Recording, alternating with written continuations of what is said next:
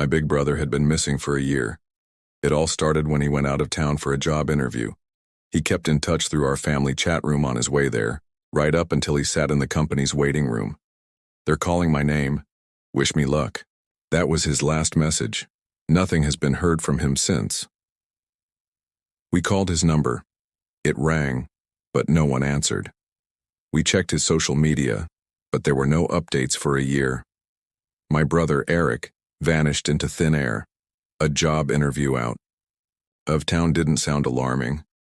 None of us, Mom, Dad, or I, bothered to ask which town or company he was heading to. We'll ask when he gets the job, we thought. It took me a year to gather the courage to go through his belongings. That's when I finally pieced together his destination, Callisto, a small town 2 hours west of our parents' house. Callisto was tiny compared to our city. After a year, the odds of finding a trace of him were slim, but I just couldn't let it go. I had to try. So I went to Callisto. The town was quaint, with barely a skyscraper in sight.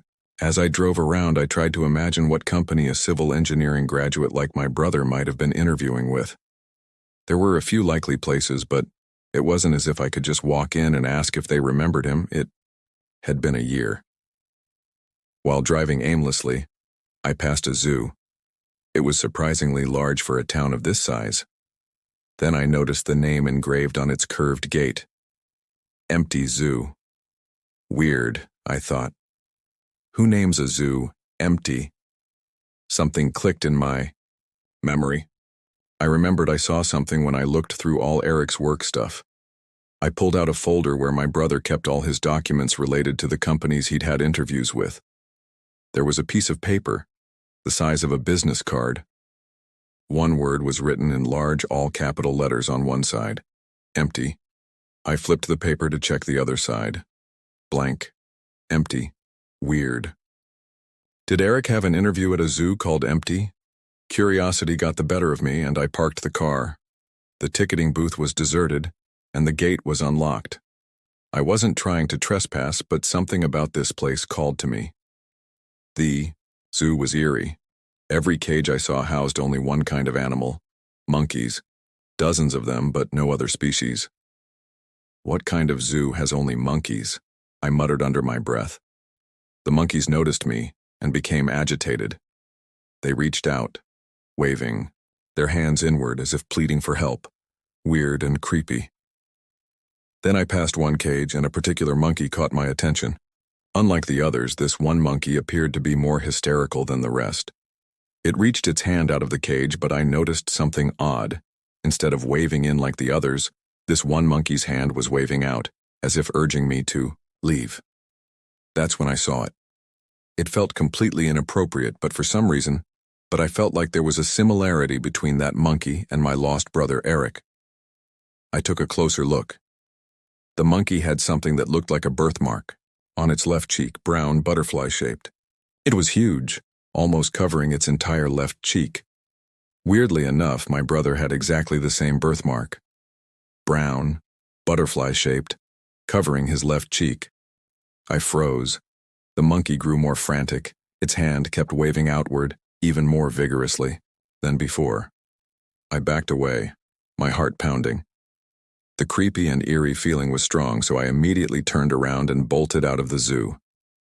It was already dark, so I had to find a hotel to stay for the night. That night, I wrote about my experience on my personal blog. Within an hour, when I checked it back, there were 56 comments. Never in my life had I gotten 56 comments on my blog in an hour. Every single comment shared the same story. They had their family, wives, husbands, friends, colleagues, whatever, leave town to attend a job interview and then went missing. 32 of them were trying to look for their missing relatives, visiting the said town, all in 32 different towns, and happened to encounter a zoo with the same name. Empty. A zoo with the same weird name, displaying only monkeys. And there are monkeys that, for some reason, somehow appeared to resemble their missing relatives. This is truly horrifying. I couldn't get ahead of it, so I was thinking of returning to the zoo just a few hours later to investigate further. I had a strong urge to find my missing brother, so I walked out of my hotel room and in the dead of night I drove back to the zoo. It was located not too far from the hotel where I stayed, just a few blocks away. In the distance, I could see a long, high wall with a glimpse of a curved gate. It was dark, so I couldn't see clearly. But I was sure it was the gate with the words "Empty Zoo" engraved on it. I kept driving until I passed the gate and peeked inside to see if anyone was guarding it. It was a zoo. There should be a security guard or something. If he didn't let me pass, I should at least ask him something about the zoo. I looked through the gate, into the area where the zoo should be. It was empty. No zoo. Nothing. I shifted, my gaze to the curved gate where "Empty Zoo" should have been. Blank. No text, nothing. What the hell? I parked my car abruptly and got out. As I got closer to the gate, I saw someone standing right behind it. He appeared to be smoking. "Excuse me, sir?" I called out to him. "Yeah, what can I help you with?" he responded. He looked like a security guard. "The zoo." "Where's the zoo?" I asked. His brows furrowed. "What zoo?"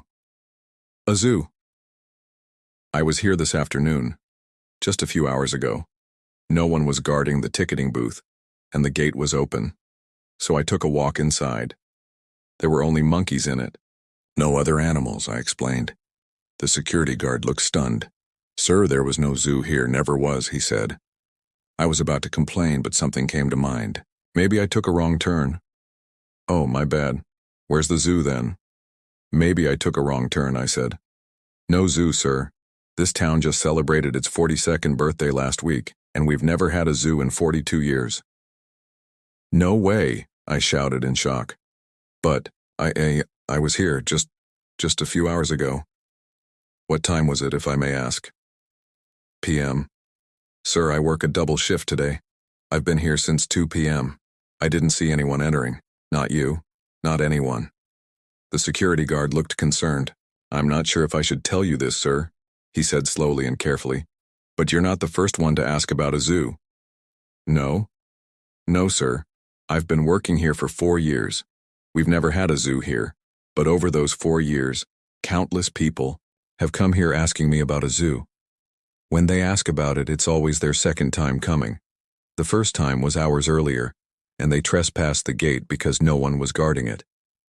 They claimed there was a zoo here, with only monkeys in it." "Just like me," I said. "Yes, sir. Just like you." I froze. My blood ran cold. "I don't know what happened here, sir. It's strange and creepy for me, too, having experienced countless people coming, asking for exactly the same thing that was never here." The security guard paused for a while, seeming uncertain. "This place belonged to a billionaire entrepreneur. He tried selling or renting this place for years. I was a security guard, and he didn't talk business with me, so I heard this weird thing from someone else." "Heard what?" "That he actually rented this place to a zoo. And it has been 8 years now. But I repeat, never saw any zoo here." I shivered. Then something suddenly popped into my head. "Does he own another location this huge in another town?" I asked. "I mean, he's a billionaire entrepreneur." The security guard seemed to hesitate. "As far as I'm concerned, sir, yes. He owns other locations just as huge in other towns. I don't know how many of them, really, but we guards talk to each other." He paused, seeming somehow terrified. "Guess what he rented those locations to?" "A zoo?" I took a guess. "Yes, sir," he replied. "A zoo. All of them. He rented the locations to a zoo, the same zoo company, on paper." "What do you mean on paper?" I frowned. The guard glanced around nervously before leaning in. On paper, they were all rented to a zoo. In reality, the security guard turned his head around to look toward the empty lot inside the gate. They were all just like this and empty.